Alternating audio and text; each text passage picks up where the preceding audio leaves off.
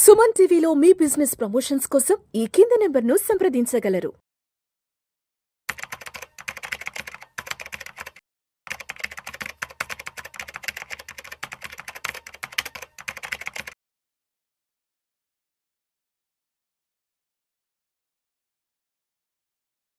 నమస్తే రేవంత్. నమస్తే అండి. రేవంత్, ఇప్పుడు మా నెల్లూరు లాంటి ఒక టౌన్లో యా. భార్యాభర్తలు ఇద్దరూ ఉద్యోగం చేస్తూ Hmm. నెలకి ఒక 55 నుంచి 60,000 సంపాదించే భార్యాభర్తలు ఇద్దరు Hmm. నెల్లూరు టౌన్లో Hmm.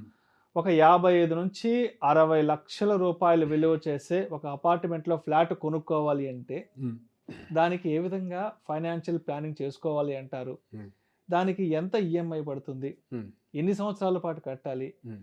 ఈఎంఐ బర్డను పెద్దగా ఎక్కువగా లేకుండా కొంత స్మూత్గా వెళ్ళాలి అంటే దానికి కూడా ఎటువంటి మార్గాలు ఉన్నాయో చెప్పగలరు? నెల్లూరులో 55 నుంచి 60,000 రూపాయలు సంపాదించే భార్యాభర్తలు ఇద్దరూ కలిసి ఒక అపార్ట్మెంట్లో ఫ్లాట్ కొనుక్కోవాలి అంటే దానికి ఎలా ప్లాన్ చేసుకోవాలి? రైట్. సో ఫస్ట్ థింగ్ ఏంటి అని అంటే, ఈ ప్రశ్న ఇంకొంచెం నేను రిఫైన్ చేస్తా. ఉమ్, కొనాలంటే ఉమ్, అన్నదానికంటే అసలు వచ్చే జీతం 60,000 జీతం ఉండేవాళ్ళు ఏ విధంగా ఇల్లు ఎప్పటికి కొనాలి, ఉమ్, ఏ విధానంలో వాళ్ళు ప్లాన్ చేసుకుంటే అటు ఇల్లు సొంతం అవుతుంది, వాళ్ళ జీవిత ఆశయాలు నెరవేరుతాయి. ఉమ్, సో బేసిక్గా ఇల్లు అనేది మనకి ఏంటంటే ఒక ఎండ్ గోల్ లాగా పెట్టుకుంటాం. ఉమ్, అంటే ఇల్లు అని అంటే మనకి అది ఇల్లు ఉంది అని అంటే ఎవ్రీథింగ్ మన దగ్గర ఉన్నట్టే అని ఒక సెక్యూర్డ్ ఫీలింగ్ మనకి ఎప్పుడు ఉమ్, బాగా నచ్చుతుంది అనమాట. కానీ ఇక్కడ పాయింట్ ఏంటి అని అంటే, ఇల్లు ఒకటే మన అవసరాలన్నిటిని కూడా తీరుస్తాయా అనేది. ఇల్లు అనేది మన లైఫ్లో ఒక భాగం, అది కాదు అన్నమాట ఎవరు అనలేరు కదా. ఇల్లు ఒకటి ఉంటే మన జీవితం అంతా నడిచిపోతుందా? ఉమ్, ఇంటితో పాటు పిల్లల ఆరోగ్యాలు, పిల్లల భవిష్యత్తు, మీ ఆరోగ్యం, ఈవెన్ మనకి రిటైర్మెంట్ అయిపోయిన తర్వాత కావాల్సిన కొంత డబ్బులు, ఇట్లా చాలా ఆస్పెక్ట్స్ ఇన్వాల్వ్ అయి ఉంటాయి లైఫ్లో. లైఫ్ అని అంటే జస్ట్ బయింగ్ ఏ హౌస్ కాదు. అండ్ ఎస్, ఇల్లు కావాలి ఖచ్చితంగా. ఒక సమయం దాటిన తర్వాత నా దగ్గరికి ఎవరు వచ్చినా అదే చెప్తా, ఒక ఏజ్ దాటిన వాళ్ళు వస్తే వాళ్ళు ఇంకెక్కడ పెట్టుబడి పెడతాను, ముందు ఇల్లు కొనండి అంట. బేసిక్ నీడ్ కదా, ఇల్లు ఖచ్చితంగా కొనాలి, కానీ ఎప్పుడు? ఎప్పుడు కొనాలి? యా, ఈ మాట మనం వింటుంటాం కదా, రైట్ టైం రైట్ ప్లేస్ అని. ఉమ్, ఏదైనా మంచి జరగాలి అని అంటే సరైన సమయంలో చేయాలి, దాన్ని ఉమ్, రాంగ్ టైంలో చేయకూడదు. So timing is very important here. So బేసిక్గా ఫస్ట్ వీళ్ళు 60,000 రూపాయల జీతంలోనే వాళ్ళ అవసరాలను తీర్చుకోవాలి. వాళ్ళు రెంట్లు లేదా ఇల్లు కొనుక్కుంటే ఈఎంఐలో కట్టాలి, వాళ్ళ పిల్లల్ని చదివించాలి, వాళ్ళ పిల్లల భవిష్యత్తుని ప్లాన్ చేయాలి, వీళ్ళ భవిష్యత్తుని ప్లాన్ చేయాలి. ఉమ్, ఈ 60,000 రూపాయల జీతంలో మనకి ఎంత వద్దన్నా ఒక 25,000 ఖర్చు అయితే ఈజీగా వస్తుంది నెల్లూరులో. సో మనకి ఒక 30-35,000 రూపాయలు ఎంతో మిగులుతాయని అనుకుందాం. ఉమ్, అక్కడ ఒక 50 లక్షల రూపాయలు అపార్ట్మెంట్ రేట్ అన్నట్టుగా అయితే మనకి ఎలిజిబిలిటీ ప్రకారం మనం ఎంతవరకు కట్టగలుగుతాం? ఒక 25,000 వరకు కంఫర్టబుల్గా కట్టగలుగుతాం. ఉమ్, మనకి 30,000 మిగులుతున్నాయి కదా, 30 కట్టలేం కదా, అట్లా ఎంత మిగిలిన అంత తీసుకుని కట్టలేం కదా. ఈఎంఐలు. 35,000 మిగులుతున్నాయి, 35 పెట్టుకోలేం. సో 25,000 వరకు కంఫర్టబుల్గా ఈఎంఐ పెట్టుకోగలుగుతాం. ఉమ్, సో వర్స్ట్ సినారియోలో 20 లక్షలు డౌన్ పేమెంట్ అయితే చేయాలి. ఉమ్, అప్పుడు మనకి 30 లక్షలు లోన్లోకి వెళ్తారు. ఇప్పుడున్న 9% యావరేజ్ ఇంట్రెస్ట్ రేట్ని మనం కంపేర్ చేసి పెట్టుకున్నా మీకు వర్స్ట్ సినారియోలో ఒక 27,000 రూపాయలు 20 సంవత్సరాలకి ఉమ్, మీకు ఈఎంఐ వస్తుంది. సో మీకు మొత్తం బోన మిగిలేదు ఎంత అంటే ఒక 8,000 మిగులుతాయి ఒకవేళ ఈఎంఐ పెట్టుకుంటే. ఆ 8,000లో కనుక ఉమ్, మీ పిల్లల భవిష్యత్తు కోసం సరిపడా సేవింగ్స్ ఉంటాయనంటే దెర్ ఇస్ నో ప్రాబ్లం. ఇక్కడ ప్రశ్న, మీ పిల్లల భవిష్యత్తు 7,000తో డిసైడ్ చేయగలుగుతామా అనేది. మీ భవిష్యత్తు, మీరు రిటైర్ అవ్వాలనుకుంటున్నారు, మీరు దాంతో మీరు ప్లాన్ చేయగలుగుతారనేది పెద్ద ప్రశ్న, మీ లైఫ్ని, మీ పిల్లల లైఫ్ని. ఇక నేను ఒక సింపుల్ థియరీ చెప్తాను. మీ రిటైర్మెంట్ని ప్లాన్ చేసుకోవాలి అని అంటే 30 సంవత్సరాలు మీ జీవితం వర్క్ లైఫ్ అని అనుకుందాం, 30-60 లేదా 25-55. ఆ తర్వాత 30 ఏళ్ళు బతుకుతాం. ఇక్కడ మన వర్క్ లైఫ్ ఎంత ఉంటుందో అక్కడ మన యాక్టివ్ అంటే రిటైర్మెంట్ లైఫ్ అంత ఉంటుంది. సో ఇప్పుడు మీ ఖర్చు ఎంత ఉందో అంత సేవ్ చేస్తే కదా మీరు ఆ తర్వాత వచ్చే నెలను మీరు ఎఫర్ట్ చేయగలిగేది. మీరు ఏదో ఇంత సేవ్ చేస్తే అప్పుడు మీకు కావాల్సిన ఇంత రిక్వైర్మెంట్ దొరకదు కదా. ఇప్పుడు 25,000 అయితే అప్పుడు మళ్ళీ 25,000 ఇంకో నెలకు సేవ్ చేయాలి, ఇంకో నెల బతకాలి ఆ 60 తర్వాత, అంటే 30 కదా. వర్స్ట్ సినారియోలో ఎంతో కొంత సేవ్ చేయాలి కదా. సో ఇక్కడ మిగిలేదు 8,000, అది మీ రిటైర్మెంట్, మళ్ళీ మీ పిల్లల భవిష్యత్తు కూడా ఉంటుంది. సో ఇక్కడ నేనేం చెప్పాలనుకుంటున్నానంటే అన్నింటినీ కలిపి చేద్దాం మనం. ఏదో ఒక్క దాని మీద ఏం పెట్టుకొని కేవలం ఒక ఇల్లే కాకుండా ఇల్లు కొనుక్కుందాం, పిల్లల భవిష్యత్తుని ప్లాన్ చేద్దాం, మీ రిటైర్మెంట్ని కూడా ప్లాన్ చేద్దాం. 3 జరగాలి. ఇప్పుడు మనకు ఒక ఫుల్ మీల్స్ తిన్నట్టుగా ఉండాలి లైఫ్ అని అంటే జస్ట్ ఏదో ఒక పచ్చడి వేసుకొని తినేస్తే ఫుల్ మీల్స్ లాగా ఉంటుందా? లేదు, పోనీ ఒకటే చికెన్ తిన్నారు, ఫుల్ మీల్స్ అయిపోతుందా మీకు? మీకు లైఫ్ ఇంట్రెస్టింగ్గా ఉండాలి అని అంటే అన్నీ కలిపి ఉండాలి. కూరలో ఉప్పు తగ్గిన టేస్ట్ బాగోదు, కారం తగ్గిన టేస్ట్ బాగోదు, కొత్తిమీర వేయకపోయిన టేస్ట్ రాదు, రైట్? అన్నీ కలిస్తేనే కదా జీవితం అని అన్నా, ఒక కూర టేస్ట్ అన్నా అన్నీ కలవాలి. Life is mix of every moment.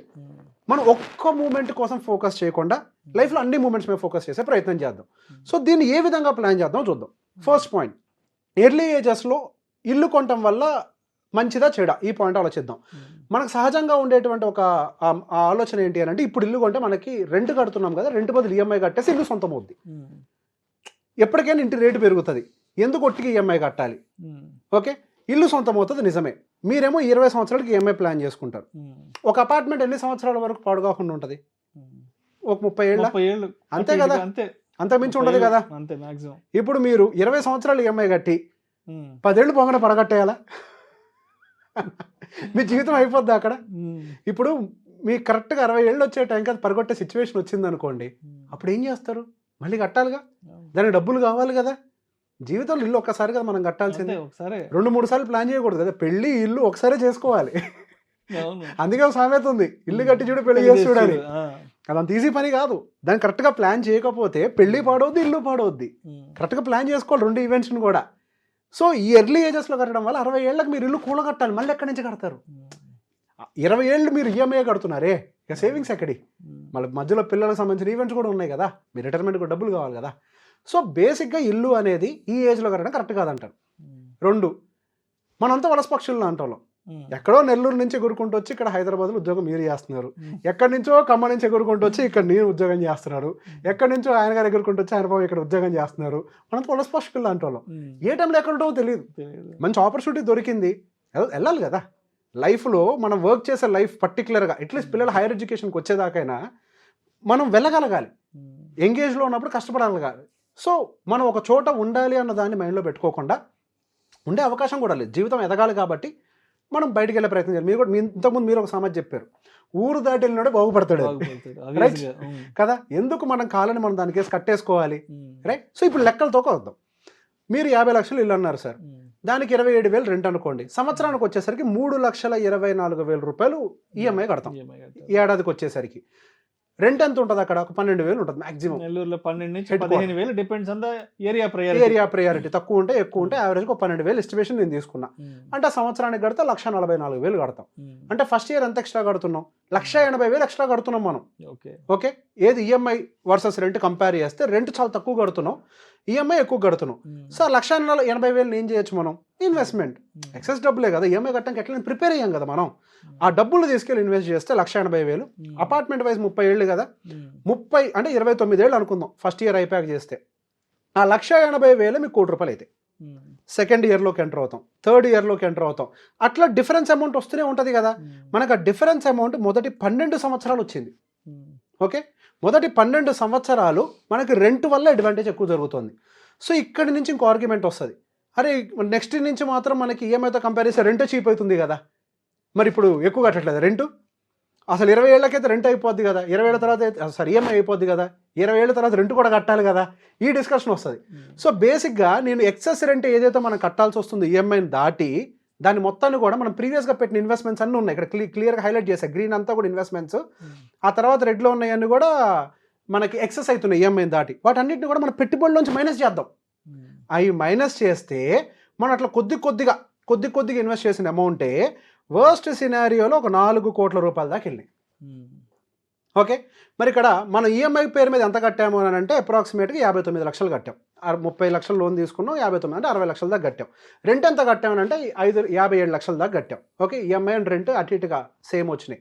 కానీ ఇక్కడ ఇదే, అక్కడ రెంట్ కడుతున్నాం, ఇక్కడ ఈఎంఐ కడుతున్నాం, ఇది సొంతం అవుతుందని. కానీ అసలు గేమ్ ఇక్కడ స్టార్ట్ అవుద్ది. కానీ ఫస్ట్ ఉన్న 20 lakhs మీరు డౌన్ పేమెంట్ కట్టారు చూసారా, మరి దాన్ని ఏం చేస్తారు? 20 lakhs అక్కడ అపార్ట్మెంట్ డౌన్ పేమెంట్ కట్టారు, మరి ఆ డబ్బులు ఇక్కడ ఇన్వెస్ట్ చేయాలి కదా. ఆ డబ్బుల్ని మీరు 20 లక్షలు ఇన్వెస్ట్ చేస్తే అపార్ట్మెంట్కి 30 ఏళ్ళు కంప్లీట్ అయ్యే టైంకి అది మీకు 13 కోట్లు అవుతుంది. అదే అపార్ట్మెంటు 30 సంవత్సరాల వయసు పూర్తయ్యేసరికి 3,85,00,000 అవుతుంది. అంతే. ఇదేమో అక్కడ 20 lakhs ఇంత అవుతుంది, ఇక్కడ ఈఎంఐతో కలిపి ఇంత అవుతుంది. సో బేసిక్గా దాన్ని కూడా క్యాలిక్యులేట్ చేస్తాం, నెట్ ప్రాఫిట్ చూద్దాము మన దగ్గర ఎంత క్యాష్ ఉంటుంది, లైఫ్ని ఎఫోర్డ్ చేయగలుగుతామా అని. సో 3,80,00,000 ఇంటి కాస్ట్, మనకి ఇల్లు పెరిగింది కదా 30 ఏళ్ళకి, దాంట్లో నుంచి డౌన్ పేమెంట్ 20 లక్షలు పెట్టుబడి మైనస్ చేసాం. తర్వాత ఈఎంఐ కట్టాం, దాన్ని మైనస్ చేసాం. సో ఓవరాల్గా చూస్తే తర్వాత మిగిలిన కొంత ఎస్ఐపీలు, మిగిలిన డబ్బులు ఏదో ఎస్ఐపీలు చేసి అన్ని క్యాలిక్యులేట్ చేసినా మన దగ్గర ₹1,00,00,000 కూడా మిగలట్లే. 30 ఏళ్లకేమో మళ్ళీ ఇల్లు కట్టాలి, దానికి ₹1,00,00,000 కావాలి. ఈయన దగ్గర ₹1,00,00,000 కూడా లేవు. మళ్ళీ అదే టైంకి మళ్ళీ మధ్యలో పిల్లల చదువులు, పెళ్ళిళ్ళు ఇవన్నీ వస్తాయి. ఇంకొకళ్ళ కేసులో ఏం జరిగింది అని అంటే, లేదని రెంట్కి తీసుకుందాం అనుకున్న వాళ్ళ కేసులో అక్షరాల మనకి ఎంత మిగిలింది అని అంటే, ఫస్ట్ ఇన్వెస్ట్ చేసిన 20 లక్షలేమో 13 కోట్లు అయింది. ఆ తర్వాత ఆయన మంత్లీ కాంట్రిబ్యూట్ చేసింది 14 కోట్లు అయింది. 4 కోట్లు అయింది. ఈ రెండు కలిపితే పుట్ టుగెదర్ అప్రాక్సిమేట్గా 16-17 కోట్లు ఆయన దగ్గర ఉన్నాయి. ఈ 16-17 కోట్లలో మీరు పెళ్లి చేయొచ్చు, పిల్లల చదువులు చెప్పచ్చు, మీరు రిటైర్ అవ్వచ్చు, నెల్లూరుకి కొంచెం బయటికి వెళ్ళి అవసరమైతే ఇంకో ఇల్లు కొనుక్కోవచ్చు. ఇప్పుడు ఆ 30 సంవత్సరాల ఇంటి వాల్యూ ఎంత? 4 కోట్లేగా ఫైనల్లీ. ఈ 16 కోట్లలో నుంచి 4 కోట్లు ఇల్లు కొనుక్కున్న మీ దగ్గర ఇంకో 12 కోట్లు ఉంటాయిగా. అదే టైంకి అదే 5 ఇల్లు కొనండి, పడగొట్టి మీరే కన్స్ట్రక్ట్ చేసుకోండి, ఇంకో కోటి పెట్టి 5 కోట్లు అయితే అనుకుంది మొత్తం కలిపి. మీ దగ్గర 17-16 కోట్లు ఉన్నాయి కదా, ఇంకా 10 కోట్లైనా మిగులుతాయి కదా సినారియోలో. అదే 5 ఇల్లు కొనుక్కున్నా, పడగొట్టి కొత్తది కట్టుకోండి మీరే. ఎన్ని డబ్బులు మిగిలినాయి మీ దగ్గర? సో ప్లాన్ చేసుకోండి. ఇప్పుడు ఆ 10 కోట్లలో మళ్ళీ మీ జీవితానికి కావాల్సిన అవసరాలు XYZ ఇవన్నీ ఉన్నాయి కదా, మళ్ళీ పెళ్ళిళ్ళు, పిల్లల చదువులు, XYZ ఇవన్నీ. ఇప్పుడు చెప్పండి, ఇక్కడ ఫుల్ మీల్స్ దొరికిందా దొరకలేదా? అక్కడ కేసులో ఒకటే మంచి కర్రీ, సూపర్ కర్రీ, అది చికెన్ అంటారా, మటన్ అంటారా, పప్పు అంటారా, ఏమని అనుకోండి, మీకు ఏది సూపర్ కర్రీ అంటే ఒకటే పెద్ద డిష్ దొరికింది ఇంతది. అది తిన్నా కడుపు మండుద్ది కదా. పెరుగు కావాలి, దాంతోపాటు ఇంత పచ్చడి కావాలి, దాంతోపాటు సాంబార్ కావాలి, అప్పడం కావాలి. ఇది full meals. Life full meals లాగా ఉండాలి. సో ప్లాన్ చేసుకోండి. ఇల్లు దొరుకుద్ది, ఇల్లు కొనొద్దు అనట్లేదు. నేను ఎప్పుడు చెప్పే ఒకటే మాట, ఇల్లు కొనవసరం లేదు, కొనగలిగే శక్తి ఉంటే చాలు. మనం నిరూపించని అవసరం లేదు దేనికోసం. మనకి మనం కూడా ప్రూవ్ చేసుకోవడం అవసరం లేదు, మనకు తెలిస్తే చాలు. ఆ సమయం వచ్చినప్పుడు రైట్ టైంలో కొంటే చాలు. Thank you so much. Thank you అండి.